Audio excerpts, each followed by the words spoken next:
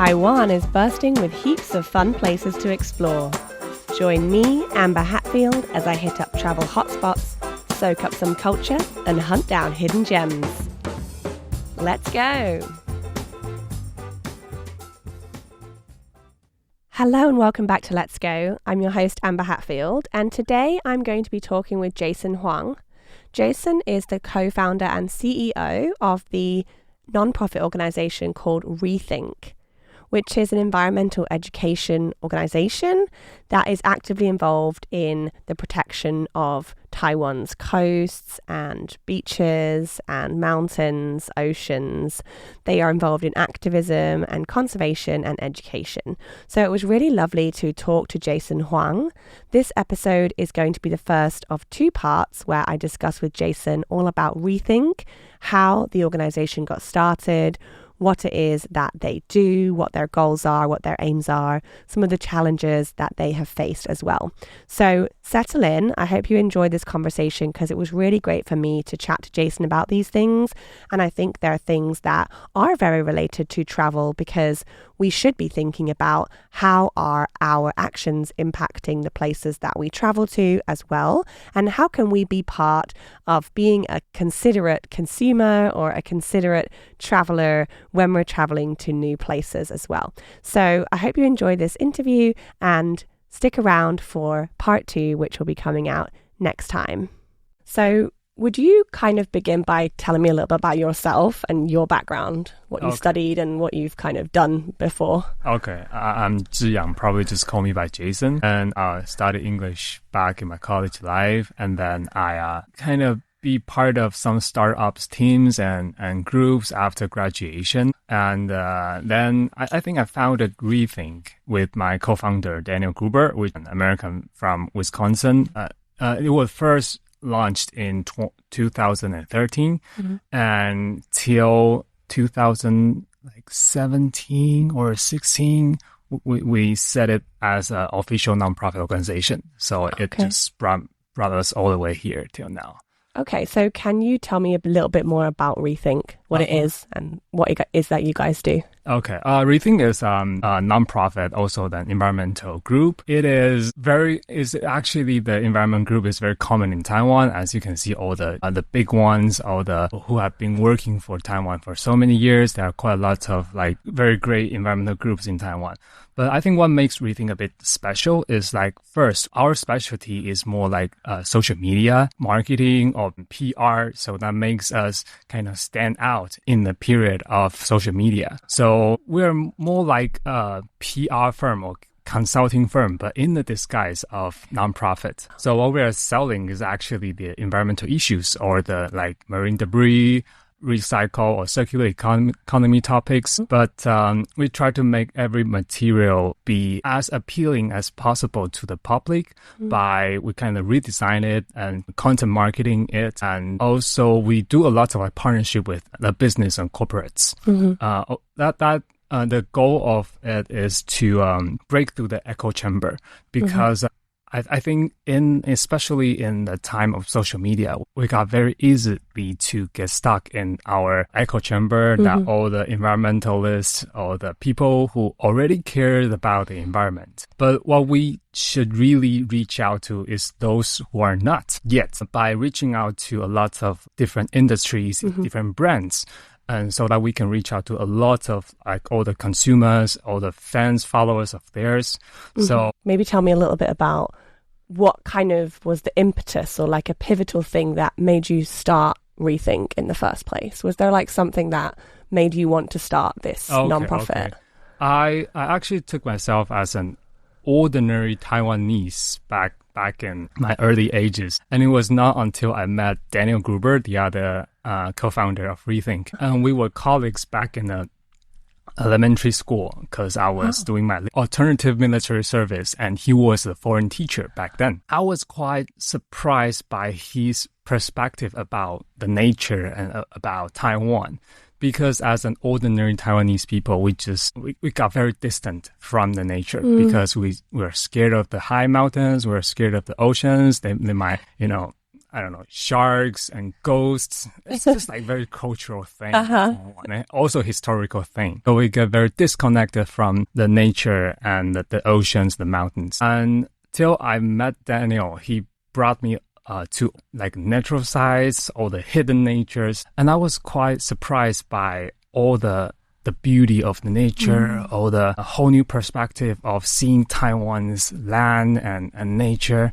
So that was something kind of give me a wow experience and a whole new way of seeing Taiwan. And by experience all the nature, the trash issue is the very first thing coming up. Like you can see that, there are actually so much pollution out there in everywhere. So we started to do something called National Beach Cleanup Events back in 2013. So that was actually just our personal interest or personal leisure time that we're gonna say, we could just go travel around the island doing something meaningful. Whether there will be people coming or not, we don't care. But it was quite surprising that actually I think over 2,000 people actually show up in our events when we do the first year's National Cleanup event. So that becomes our kind of social responsibility to keep it moving, keep the movement on. So we hosted like year by year till 2018. We think it should be time that we make it kind of bigger or should be more sustainable. So that was the time we launched Rethink as a nonprofit organization. And so between that time that you were in school and met Daniel and kind of started this just for fun for yourselves, and then you ended up doing that and launching it as a nonprofit in 2017, what kind of happened in between that? Did you study something environmental related? You said you studied English, but did you study anything else? Was there any kind of like working background that made you be able to start a nonprofit, or was it just kind of not at all? Okay. So like I said, I got lost somewhere. But I think I was enrolled in some jobs about marketing, social media, content creating. So that also gives me the specialty or new perspective of making the unseen being seen. That's also I implement a lot of things I learned back in that time into Rethink and make our story, make the reality with being trying to show to the public to be visible. I think till now, I still got no like super professional background of environmental or even environmental education. But I have to say that also is what makes Rethink or what Rethink's doing special, because we don't need to be so professional. We just need to do the integration. We just need to all take up in a collaboration with some professionals, some marketing firms, some website design firms, so that we can build up different projects or different events to appeal to more public. I actually really love that you just said that, because I think it's something that people think is that to do certain things, you have to be really professional to be able to do them. But I feel like what you just said really resonates, that you can just really have the desire and the want to do something and to change something and make a difference. And that's just enough. Like, as long as that's what you have, then that's enough to begin with. Yeah.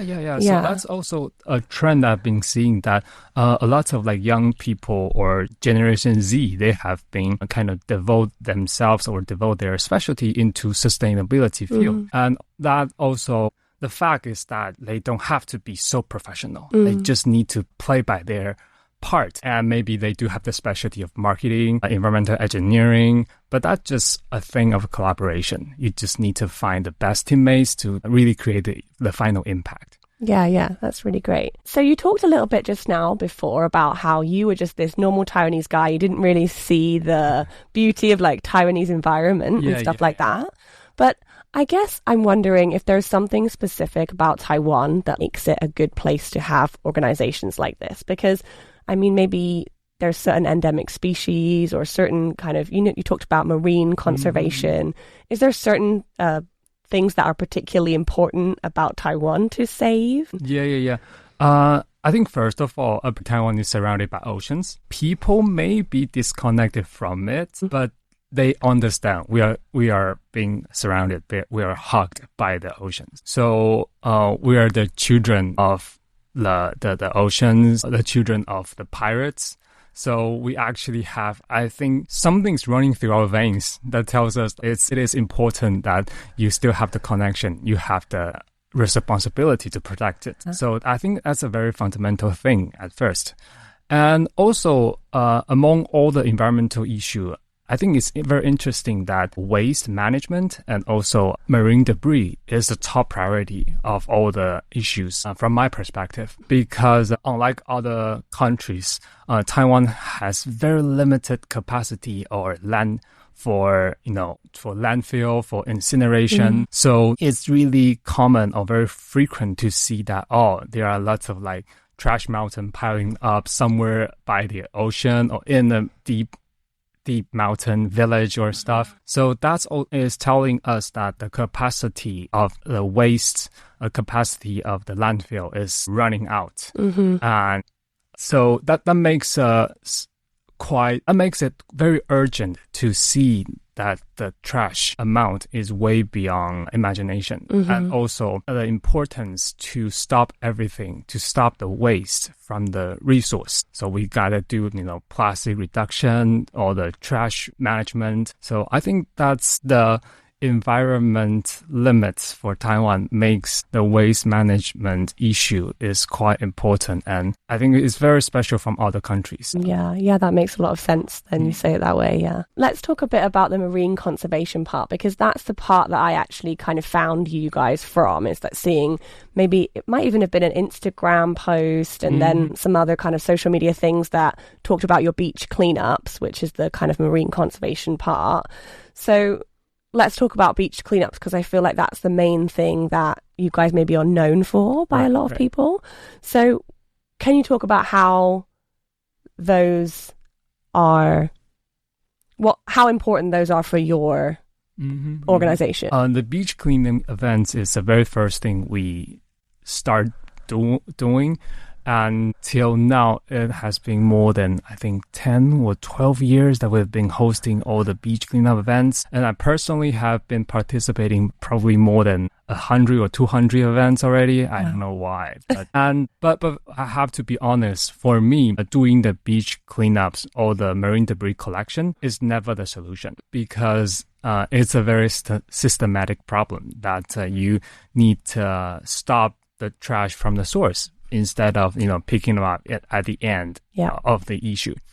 But it is still a very crucial step to that people understand. So it is still playing its very important role for communication and education. So that's also the best way to show people how important, how urgent the issue is. But I think other than the beach cleanup events, we try to make it more impactful or educational to the public as well in the meantime.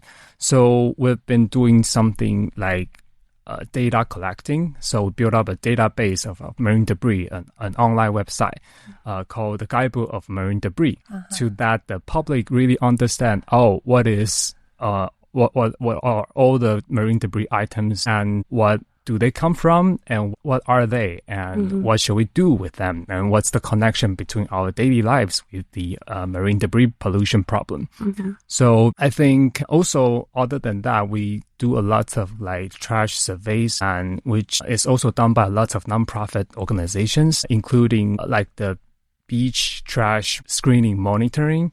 That is, we go to the coastal areas to check out how is the total amount trash out there in the coastlines, and also the International Coastal Cleanup Survey. Now we can understand what is the top items of the marine debris trash, and so that gives us some clues to know that what kind of trash should we be first managing. So that's also the reason why people start to see all the plastic reductions, including like the plastic straws, plastic bags that you should pay to get it. So that's also some final result that we kind of derived from the environmental surveys. Yeah. Okay. So there's a lot to touch on in what you just said, but I want to talk a little bit more about the beach cleanup part and then move on to the other things that you said. So I was wanting to know kind of, how do you choose where to do these beach cleanups? Like, are there certain areas of Taiwan that are particularly like hot spots for having a lot of debris, or is it kind of random that you just put them anywhere you want them? How do you choose where to have these events? Right.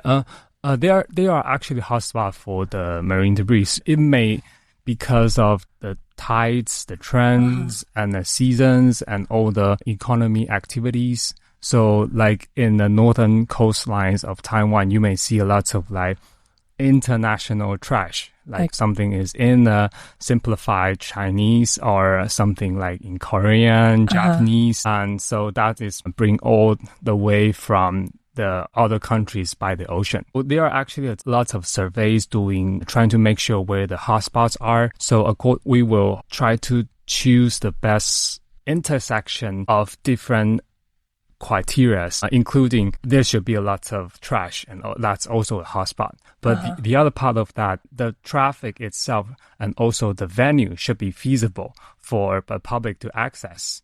So it is actually a very difficult thing for us to figure out where are the best place to host the events. But we yearly do a lot of like site survey to really understand that what's the trend of the trash amounts in these certain areas. So we are actually launching another project called Project Sunset. So we've been collaborating with a lot of like local groups or local volunteers to let them to be part of Rethink, to help us to do like very frequent research or a lot of on-site survey to understand the trend or the change of the trash amount in the local beaches. And also they will host like really kind of smaller but more frequent events to gather all the local people or the local volunteer groups to host cleanup events to kind of be more prompt to all the marine debris problem.